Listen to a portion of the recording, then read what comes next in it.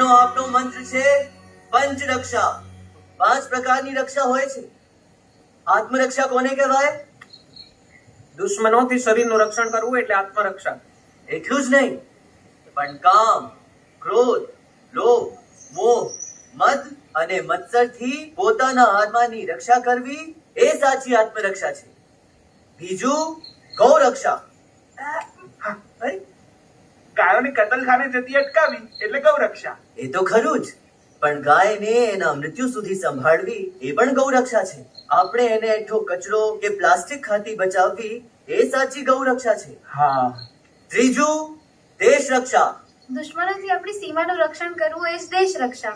માત્ર સીમા સુરક્ષિત કરવી એ જ દેશ રક્ષા નથી, પણ દેશને ભૂખ, ગરીબી, અંધશ્રદ્ધા, અશિક્ષણ, વ્યસનથી રક્ષા કરવી એ સાચી દેશ રક્ષા છે.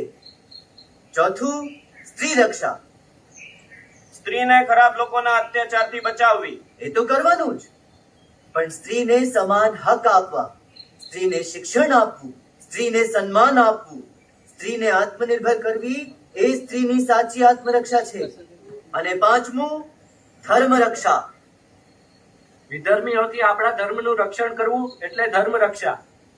બીજા ધર્મથી આપણા ધર્મને બચાવવો એ જ ધર્મ રક્ષા નથી, પણ આપણા ધર્મને, ધર્મ ગ્રંથને, ધર્મના નીતિ નિયમોને ગમે તે પરિસ્થિતિમાં તોડવા નહીં એ સાચી ધર્મ રક્ષા છે.